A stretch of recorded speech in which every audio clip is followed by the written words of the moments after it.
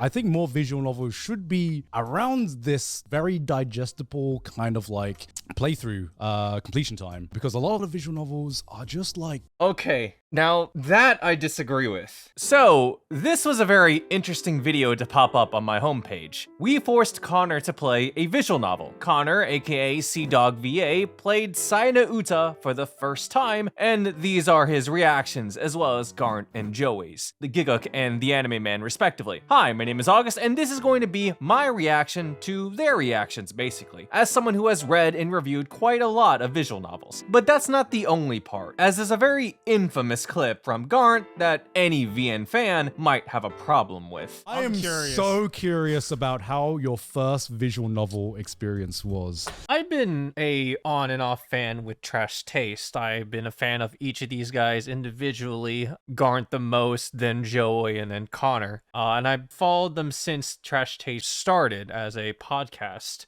I more or less have a good general idea of what their personalities are like. Connor is not the type of individual I would expect to read visual novels. He's not a person that goes out and seeks narrative-driven stories or narrative-driven games. He's not as big into anime as compared to Garnt and Joey, so that balances things out for the trio dynamic. He's not as passionate about it or as obsessed with it compared to the other guys. I guess I'll explain why we chose I'd this love to one. know why. Because obviously, you know, we played a few visual novels, but...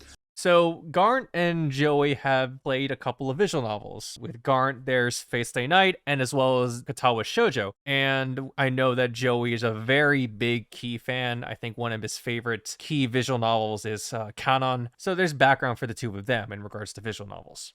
Like, a lot of visual novels I play, the beginning is just so slow, right? Because it's just like, okay, you get introduced to the girls or whatever, the boy is going to high school, and then yada yada yada, slice of life. And I'm like, Connor's gonna want to off himself if he plays one of those. That is, yes, typically the case. Your average, I guess your typical average visual novel in terms of Japanese visual novel can probably be around like 20 to around 50 hours long. They decided to pitch him Sayano Uta because it's a very short visual novel. You can complete it in roughly around 6 to 10 hours. For some romance visual novels themselves or dating sims, there's usually what we call a common route, which basically is the prologue introduction to the story. Again, establishing the setting, introducing all the characters, and then at a certain point, all of the choices you made throughout the prologue or at that specific breakup point leads into a specific heroine route or specific character you want to pursue. Hey there. Post-reaction August here to clarify some things. Again, this is for romance visual novels. Not every visual novel is like this. There are plenty of other non-romance visual novels out there. It's just that most people see visual novels underneath that scope of being a dating simulator. Sayano Uta is one of the first visual novels that I played that just has such an interesting premise from the get-go. And then the hook comes, and then you just want to keep reading and keep wanting to go through the entire story right up until the end. And it's not that long of a visual novel compared to like other visual novels as well. If I wasn't crunched for time, I probably would have gone through it all. Oh, yeah. Oh, hell yeah. That's a good sign. That's a very good sign. Love to hear someone actually taking the time to go through something, especially if it's Sayano Uta, because of all the questionable content in there. For anyone that's not familiar with what Sayano Uta is or doesn't have a strong tolerance to that type of grotesque and questionable content. I wanted to see where it was going. So the first thing that I was like, oh God, I boot up the game and it was like, what level of censorship would you like? I was like, what? Okay. And there was like 4 different levels. Because you're playing the like, Steam version, right? And I was like, 0, please. Yeah. And then immediately boots up and it looks like the Fear and Hunger dungeon. I was like, what the f is this? Yeah. There is a Steam version of Sayano Uta. However, that is also a censored version as well. You can get the full uncensored version over at Just USA for the full experience. I boot that shit up. I was like, what the f? I want to see your reaction. Look at this. 4 options. Oh my god. Yeah, this is what I remember. Yeah, I remember this. Yeah, I remember I was like, what the f is this? And then it starts like this like gibberish.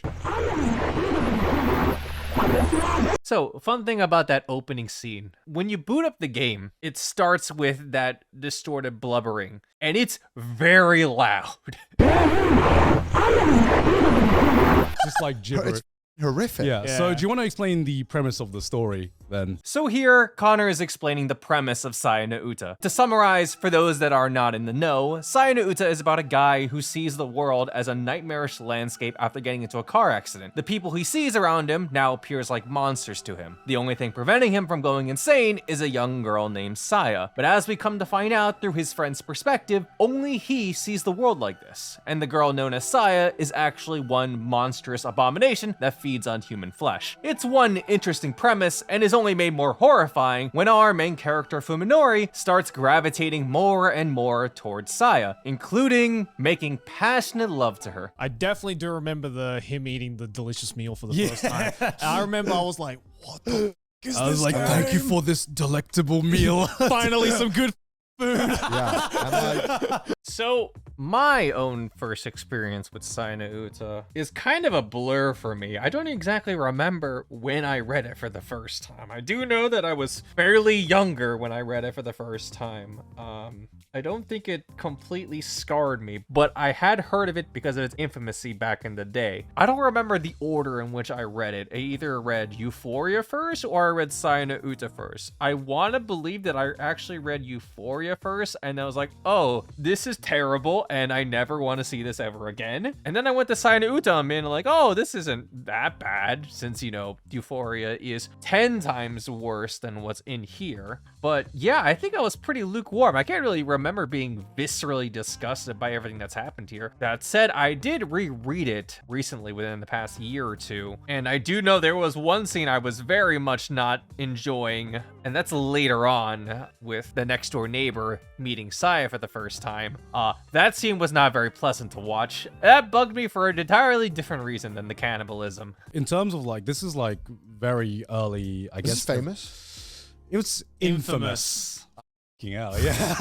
Does it get infamous because of stuff that happens later on? Or is it No, infamous it's just 'cause it's of- the whole package. It is the entire package. Yeah. I I would was gonna say say. because it was pretty up from where I got to. No, because Yeah. this It was both like Saya no Uta and Euphoria were out there being like, oh my god, this is probably the most horrific visual novel you'll ever see. You don't want to read this, which only, you know, influenced people to go check it out to see the horrors for themselves. And then, you know, it spread like wildfire via word of mouth. This came out during the time where, again, it was kind of like the mainstream visual novel world they was all romance. Yeah. all like They're all romance. gal gays and era gays that were like- just like based in reality, and Yeah. then along comes this game where literally 30 seconds in and you're subject to some of the most horrifying imagery at the time. Yeah, You know, I think my biggest issue with this was, you know, the fact that there are like adult scenes in this. I think there are adult scenes in this because of the fact that this is a visual novel, you know, and Yeah. back in that day, visual novels were very much associated with, you know, hentai games, of course, eroge of games course. and there was stuff very like that. few, if not any, like all ages visual novels back in Yeah, this. the thing that makes this visual novel stand out, similar to like when Fate Stay Night first became a thing, was that it had a story that was fantastic. Yeah. But then I feel like the creators were like, all right, it's a visual novel, so we got to add sex scenes. Yeah, Yes, visual novels back in the day used sex scenes as a crutch in order to sell. Remember, a good amount of visual novels back in the day were romance-based, focused on romancing and appealing to the reader. There are people out there that just buy for the 18+ content. Now, I want to believe that if sex wasn't a crucial part in order for visual novels to sell, most visual novels wouldn't have it. Visual novel developers like Type Moon and Key eventually re-released their visual novels without the 18+ content, just because the story was so exceptionally good without the sex scenes in them. Now, an important note, this is entirely different from visual novel developers who uses sex as a crucial element in their story, whether for thematic purposes or as a narrative hook, like in Saya no Uta. Like that Scenes. sex felt really weird, but also in a very way, like kind of powerful in the sense of like, you know that she's some kind of like Yeah. but like she's like this grotesque monster. Yeah, So yeah. when because by this time that you see the sex, well, no, we don't see the sex scene, but the sex is described to you. Yeah. You're like, he's like the fear and hunger god. Yeah, Like, it's exactly. like a vile, like gelatinous blob that Yeah. he's and you're like, God, I that's think it was vile. used in like a really effective like horror storytelling method. It feels peak 2000 as well. It is. I will say, like, it was very grotesque, but they didn't show a whole lot. Like, it was all told or described. Yeah. They could have easily have gone overboard if they wanted to, but they didn't, which I kind of appreciated. Yeah. Like, with Well, the, it's like a good horror novel, you know? Like Yeah. it's the way that these scenes are described, which is more horrifying than actually seeing I it. just hate the character we play as. His I hate listening to him speak. Yeah, he's a. He's just a weirdo. He is a weirdo. Yeah, he's a weirdo and an outcast, and I guess that's what makes that character work. Just because he's so okay accepting some of like the fucked up shit. Eventually, you know, his everything just gets more and more fucked up, and he just kind of like. So Fuminori is not exactly the most empathetic character. You can see what shit he's gone through and how badly it messed him up. You could even argue that he's already gone mad himself. He's just somehow coping with the fact that he hasn't gotten mad yet, even though he clearly has. So there's that argument. So to give you a bit of background on this visual novel, it was written by Geno Robucci, who wrote Madoka Magica 8-0. He wrote this? Yeah, he wrote this. What the? Yeah. So I think this is one of the things that really got his name out there before he really started going into the anime world. And obviously, you can't make an anime out of out of this story that he wrote. You could probably make an anime out of this. I don't think it'd be good. I don't know. Definitely not in present day. I'm not even sure if... Makes me wonder, if Saya no Uta was published today, would it pass Steam's questionable approval policy? I don't think it would have, so maybe it was a good move for it to be released far back, and it's paying dividends now. I mean, Jash USA was able to completely sell out of the Saya Fumos, both in its first initial batch and its second batch. I got a quarter through it, so I got what's next. I think you stopped at a good point where you're like, all right, I'm kind of hooked on the story, because for the longest time, it's playing visual novels is grinding through the shitty parts. Well, yeah, I never made a decision in my entire 1 hour of play. I was just reading. Yeah. I didn't appreciate the enter simulator. I was just pressing. Well, that's it. I never got to like decide any or even choose a dialogue, which is fine. Yeah. But I was like, why don't we just make a book? I mean, that's kind of what this is. Is that It's just a book. Yeah, in terms of I mean, like, he did release a book eventually. Yeah. In terms of what this is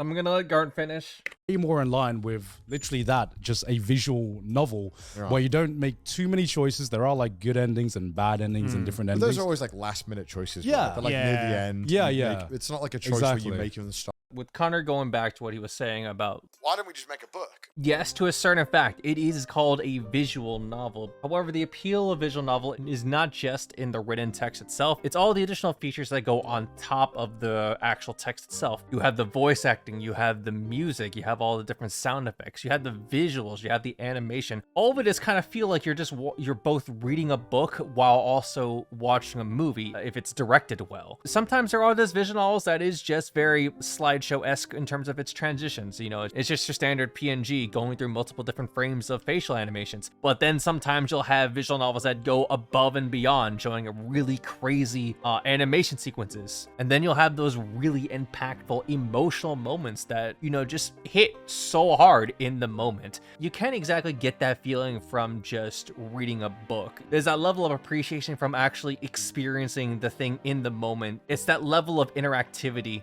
with the actual medium itself, not just in the choices, but being immersed into the environment. That affects everything. exactly. Yeah, it's not like something like, let's say, Doki Doki Literature Club, where there are a lot more choices and that actively affects a lot of like the routes you go through, because, you know, that was trying to do something different with visual novel gameplay. But visual novels are known for branching paths in regards to choices and without choices. Visual novels can be both. However, not every visual novel needs to have choices to sell you on a story. Sure, choices can add more interactivity to get to know the characters and, you know, basically choose your own dialogue or choose your own adventure. However, it's not completely necessary to do that. I never played Doki Doki, by the way.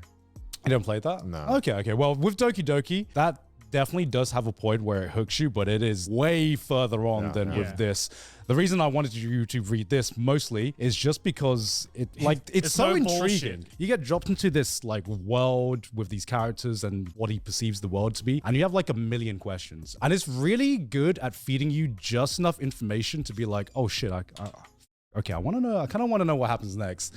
The problem I have with a lot of visual novels is that not every like scene provides information. Sometimes there are scenes that are just characters talking. Yeah. But doesn't give you any information that helps you like understand the world or the story better. Yeah. And the one thing I did like about this is that they at least every single scene, I left learning something else about this world. Yeah. In like a meaningful way. Yeah. Which I found very helpful because a lot of the times, again, I've done visual novels in the past that just 30 minutes of characters going, tee, what do we do in a day? Yeah. Like, this doesn't tell me anything. That is the common meme of visual novels having the 2-hour slice of life portion for you to get into before the actual story hits. And yes, there is some point to that. People do complain about the slice of life, especially in like stuff like Higurashi or even Fate Stay Night. They just want to get to the action as soon as they can, but they don't understand that it's necessary to build at the foundation of the world and its characters before actually diving in. And you know, there's people out there that actually do like that slice of life moments before the actual serious parts hit. It's just people's preference, really. You can't neglect that introduction and that world building has to happen. That's why Sayonota was so well received, even though The Steam like, reviews it is, are like overwhelmingly positive. Yeah. But that's the thing. I think Gen Urobuchi realized that was a massive problem with a lot of visual novels, and so he just decided to cut off all the fat. Yeah, make and it to 4 be hours. like, Don't. I can agree. I can understand where Connor is coming from. Sometimes you'll have those visual novels where it's just nothing is happening in the time period that they're given. There are some instances where some visual novels can go on for far too long with their introduction parts, and that's totally understandable. You have longer visual novels like Umineko that just go on for a way too long in its introductory segments. Fair amount of those slice of life scenes are just pretty much just establishing the characters, but you can easily accomplish that pretty quickly. It's just a matter of the person who's behind the pen, the person writing it. It comes to the individual choice behind the person writing the work itself. It's why pacing can be such a big problem in visual novels, because you have stuff like this happening. I can't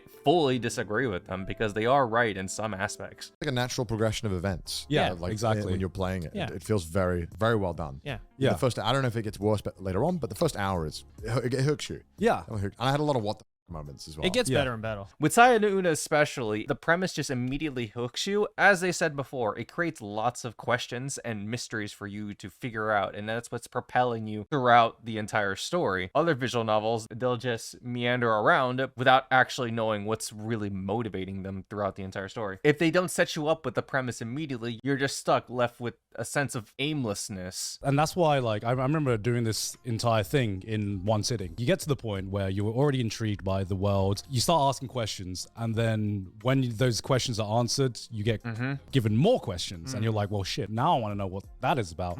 And the 4 hours go pretty fast, actually. It went pretty fast for me on my first playthrough. Yeah. I think more visual novels should be around this very digestible kind of like playthrough completion time, because a lot of the visual novels are just like 20 hours. Like even something like Doki Doki, which I understand why you need that slice of life bit at the beginning. God, it felt so long. Doki God, Doki, it felt so long. I think for me, Doki Doki took 6 hours, 7 hours. Yeah, especially in this day and age, that's about on just like pushing the it's too long. playthrough time that I'm willing to do. Okay, now that I disagree with. I talked about how important those introductory bits is and why it's necessary to build it up. And yet I also explained why you can easily trim down the dialogue and trim down the writing so it's for better pacing. But I fundamentally disagree with the fact that stories need to be catered to be short in order to cater to those people who can't sit through that. I disagree with that. However the author chooses to write their story, they have that creative freedom to do such a thing. They shouldn't have to alter their story to cater to somebody that has, it's going to sound blunt, but for someone who has a very short attention span. You are, in fact, reading a visual novel, a novel. It may be a gamified book, but it is still a book that you are sitting down and choosing to read. Some people don't like reading a book, and that's perfectly fine. I don't expect them to pick up face Fate Stay Night or The House of Fata Morgana immediately, all right? Visual novels are a very lengthy medium and it requires the patience to sit through all of that. Even if the introductory section is very long, it is trying to earn your permission to make you want to read the entire thing.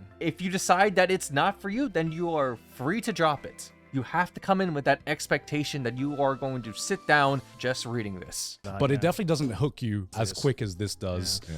Do you think you would be as intrigued by it if it didn't have any visuals? No, It the is a visuals visual help. novel. The visuals Yeah. help really like paint the world. Yeah. The flesh stuff is so visceral that Yeah. I think it's very helpful to kind of put you in like, oh, this is how up it is. Yeah. And that is the main point of a visual novel. It's not just reading it as a text, you are experiencing it, both with the visuals, both with the audio, and the written text itself. That is the main point of why people choose to engage with visual novels. You get an entirely different experience via if it was a book versus via if it was a visual novel. Obviously, people have different tastes, whether they choose to prefer one medium over the other. You cannot discredit a visual novel for why it should be a book instead, because it has its own specific qualities that make it unique in that matter. I think the biggest thing that hooked me right at the beginning was just like being greeted by that wall of flesh, and you're like, it looks so grotesque that if I didn't have any visuals and just had to read this, I don't think I would have been as hooked as fast by the story this is trying to tell.